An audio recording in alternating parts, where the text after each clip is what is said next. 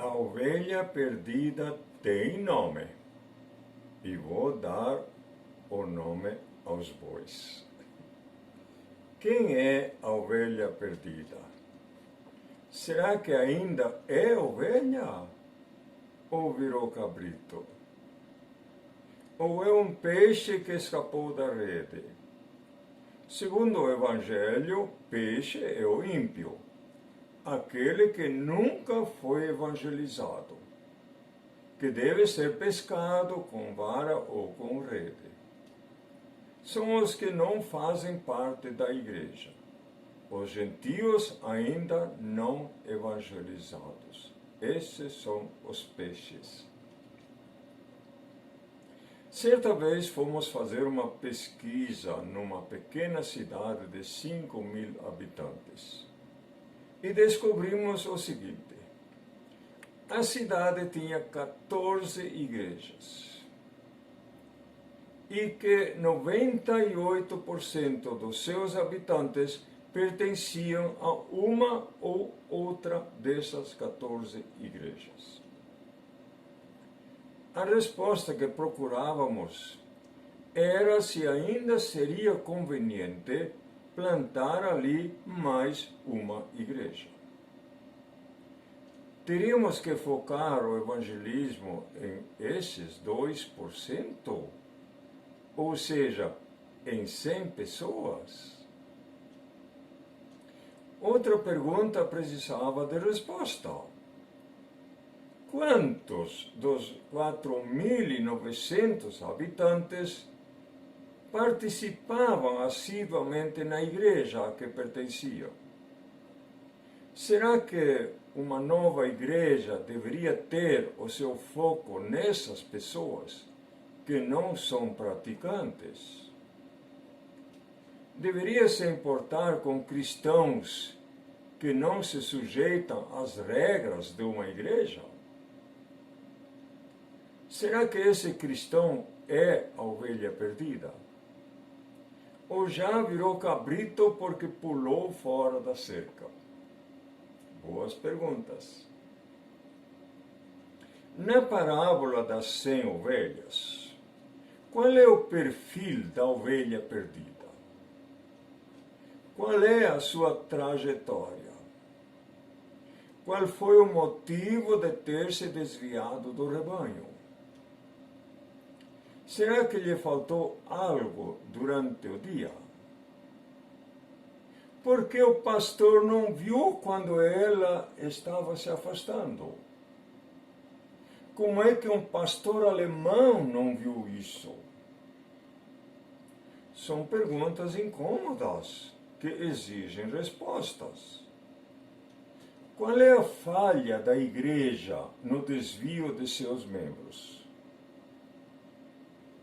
Ou isso foi sempre assim e não vai ser diferente? Recentemente, um pastor lamentou que saem mais membros pela porta dos fundos do que entram pela porta da frente. E ouvi um líder de certa igreja dizer que o que importa é ter qualidade e não quantidade. Mas, convenhamos, que qualidade é essa que não se multiplica? Quando um membro se afastava, esse mesmo líder dizia assim: deixa que vá, não presta mesmo. É isso aí. A igreja que só foca em qualidade não cresce. Nem querem que os pecadores venham. Parece um clube fechado, porque podem contaminar a qualidade. 2 missionários chegaram ao Paraguai. Um disse para o outro: eu vou cuidar muito na qualidade. Prefiro ter 10 membros super santos do que 1.000 na dúvida. O outro pensou ao contrário e disse: não, eu prefiro ter 1.000 na dúvida do que 10 super santos. De qualquer maneira, na prestação de contas, você vai ter 10. Eu vou ter muito mais que 10. Os pastores que primam pela qualidade não primam pelo crescimento numérico da igreja. Eles só investem na qualidade e a sua pregação é sempre a mesma. Preste bem atenção. De início você vai me condenar. O que eles pregam? 3 assuntos. Você deve orar mais, você deve ler mais a Bíblia e você deve contribuir mais. Essa é a pregação. Durante décadas, os seus membros devem ouvir isso e saem do culto com o sentimento de culpa, de nunca ter feito o suficiente para a sua espiritualidade e nem sequer para agradar a Deus. No evangelismo, jamais a igreja deve menosprezar os números. Porque um super santo não vale por 2. E é um grão de trigo que não morre, fica sozinho. Jesus falou isso.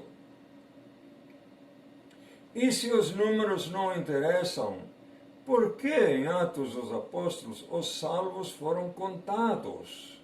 120, 3.000, 5.000 e cada dia mais. Porque a Bíblia tem um livro de números, onde todos foram contados e registrados. O leitor da Bíblia chega a se aborrecer com esses números. A primeira vez que decidi ler a Bíblia inteira, li até números e parei ali. Números e números. E vão me dizer que números não interessam? Afinal, quem é a ovelha perdida? Prometi dar nome aos bois. A ovelha perdida não é um peixe que nunca foi pescado. E nunca será um cabrito. Será sempre uma ovelha, mesmo estando fora do rebanho. Mas será uma ovelha exposta a toda sorte de perigos e cabe à igreja ir atrás. Essa é a mensagem da parábola. A igreja que não tem estratégia para ir atrás vai ver seu rebanho diminuir cada vez mais. Existe em cada cidade, em média, no mínimo 10% da população que já eram membros assíduos de uma ou de várias igrejas e hoje estão fora. Quem que vai atrás? Esse é um assunto que dá pano para muita manga. Eu poderia discorrer horas sobre isso, mas por enquanto eu só quero cumprir a minha promessa de dar um nome à ovelha perdida. Ela não é um ímpio, não é um pagão, é um cristão, e ali vai o nome, desigrejado. É um desigrejado. Falei. A igreja que não se importa pelo desigrejado não entendeu a parábola da ovelha perdida.